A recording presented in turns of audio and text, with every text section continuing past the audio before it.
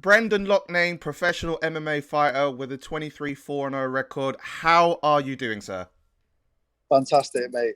Uh, Fantastic. Happy Wednesday. happy Wednesday. It's normally like hump day, but like no humps involved today. It feels like all positive in the air. Positive always, brother.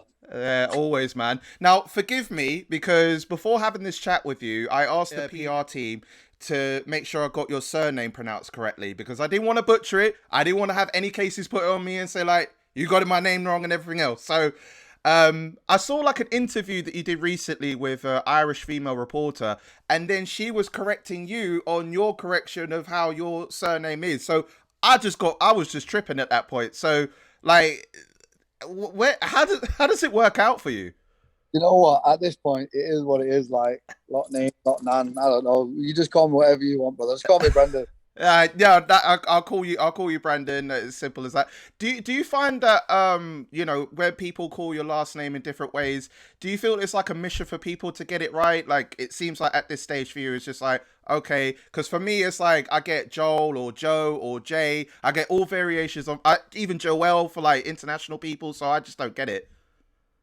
Yeah, I mean, I get all types, mate. I've had all types, like, fucking hell, mate. I've even had ring announcers get it completely wrong. So, like, it is what it is. Like, call me whatever you want. Just Brendan will do. Does it feel different though? Like say like you're in a big arena and say like the announcers got it wrong and you're just thinking, oh no, this is wrong, or just feel like you know what, the crowd's gonna enjoy my fight regardless of how they pronounce my name. It is like my name is so hard to say that if I seen it, I'd butcher it as well. So I don't hold anyone accountable. Well, I appreciate that because I just wanted to make sure before I got on, I didn't want to catch a case or nothing. So I appreciate that coming from you, man. Well, I mean, you got your upcoming PFL fight with Chris Wade on the 20th of August, Copper Box Arena. And this is your first fight since 2018, apart from the boxing match that you had last year in Manchester. How does it feel to be finally home?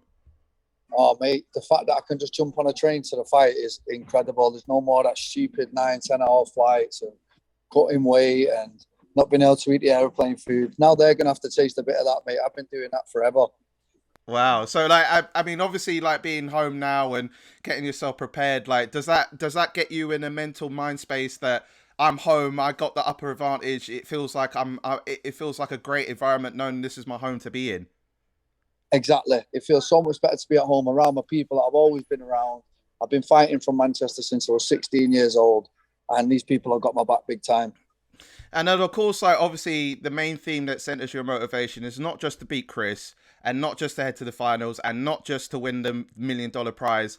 It's also the 4 years since you've been in the Contender Series. How has it been for you in terms of continually pushing yourself since then? Like, is it something for you that it's a case that you got something to prove, like, since that time? Yeah, it seems to be a little stigma that's been attached to my career, but I don't even think about that now. I'm doing well. Dana White doesn't lose no sleep over me. I don't lose no sleep over him. I like that. I like that. Both, like, we're sweet. And of course, obviously, like with PFL, like it seems that across the board, like the fighters I've been chatting with, it seems the common theme is that it's a family environment. Everyone looks after you and your common interest. How would you see the difference between like your push to wanting to get to UFC and then now to PFL? What are the major differences as far as like how they operate and how they treat the fighters in general?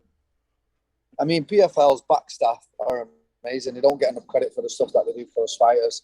We get the best hotels, we get the best treatment when we get there, we get the best flights that they could possibly give us. And they put us on a great platform, Mm. the media, ESPN, Channel 4, like you name it. So I'm very happy at PFL and I'm team PFL all the way. I could see that. Like you're very dedicated to PFL. I just wanted to touch on because you were in the ring with Ricky Hatton. I mean, what a legend. Even like from the thumbnail that I saw, like always meet your heroes. So how did that all come about as far as like you getting in contact with Ricky? Like, have you known him for a long time, or is it just a thing that the opportunity came that you got to spar in the ring with him? We've got a mutual friend, and it was just kind of set up like that. But obviously, I grew up on Ricky, and everyone in Manchester did, and it was great to share some tips with him, share the ring with him, and just a great fella, mate. And it was great to be in his presence. Mm. What's the best advice he's ever given you during your time? Because obviously, like it's like a once in a lifetime opportunity almost. Well, it was just like I was just getting some tips off him on how to get the fan. He used to take 20,000 over to America, mate, to watch him. It was insane. So I'm just trying to recreate that myself and get that cult following like he did. I can see that that's the case. And then when I spoke to Chris a few days ago, because I asked him about, have you caught up on his on your training, and have you caught up on his training? And literally, this is what he said to me, and I quote, "Nah, unlike him, I don't stalk my opponents on Instagram. I worry about what I need to do. He's all in my business, looking at whatever he can to get involved in and stuff. I focus on what I need to handle. I don't care who he's training with. I don't care what he's trying to do. Nothing's gonna help him in 1 month." I mean, he said more, but that's kind of the gist of it. I mean, how do you even respond to that? I don't know why he thinks I'm stalking his Instagram. I've never been on his Instagram live. In fact, he's been stalking my Instagram, mate, and we've had a little bust up about that. And Chris Wade's all talky on camera, mate, but when it's on and I see him in the back, you don't want to know nothing. So let's not let it fool you that Chris Wade's this tough guy, mate. That goes, as soon as the heat was put on, Chris Wade was off, mate. Anyway, put it that way.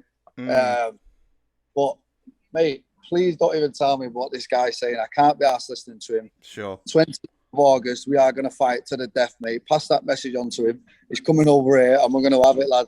That's what's going to happen. Switching gears a bit, because I seen that you, Jesse Lingard, and Marcus Rashford have been childhood friends. I've seen that across that. Like, I'm aware that you and Jesse used to live rows apart and your families are pretty close. And, with Marcus, like, you are really close with his brothers. So, like, being all of you successes in your respective sports, like, do you guys link up a lot? Like, and how did you guys, like, first meet each other to get bond that form, like, really good friendship? I don't see him much anymore. They're busy guys, but we've got so much love for each other and our families. I mean, his family travelled to my fights. They were in New York when I fought Madison Square Garden. His dad and everyone came, so and his brother. And then Marcus, really close with his brothers, and they're just great people. We're all from the same area. We're all just trying to make a name, and we've all done really well. And them guys are absolutely flying now. I wish I had the wages that they had, but I mean, you're on your way there to get the $1 million deal. So when you win, like, potentially at the finals, get yourself to the final, get through Chris Wade, and get that $1 million, man. So then you'd be closer to getting their money.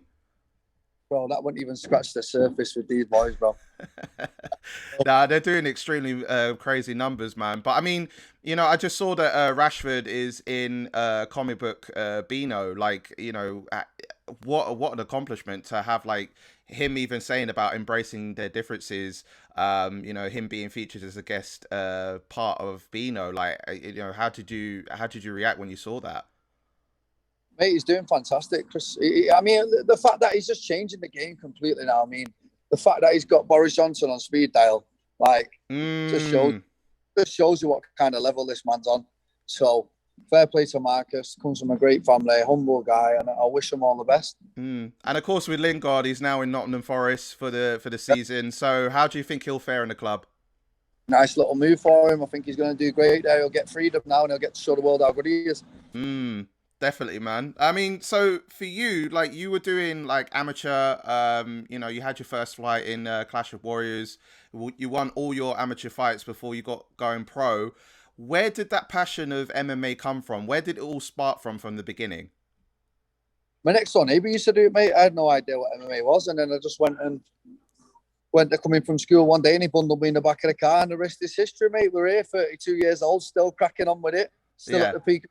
I mean, of course, like, obviously your fight with Chris Wade, what can fans expect come PFL? Because it looks like it's on. Like, both of you are ready. You are very, very motivated to knock him out. So what's the plan? What's the game plan? What are you looking to do? What's the energy you're bringing? Get yourself to London and don't miss this fight. That's all I can say on the matter. 20th of August. It's going to be a fucking fight, mate. Hey, it's going to be a fight of the century. Well, I wish you all the best, to get that closer to that $1 million and to get yourself to the final. So I wish you all the best, Brendan, man. And thank you so much for taking the time to speak to me. Thank you, brother. Much appreciated.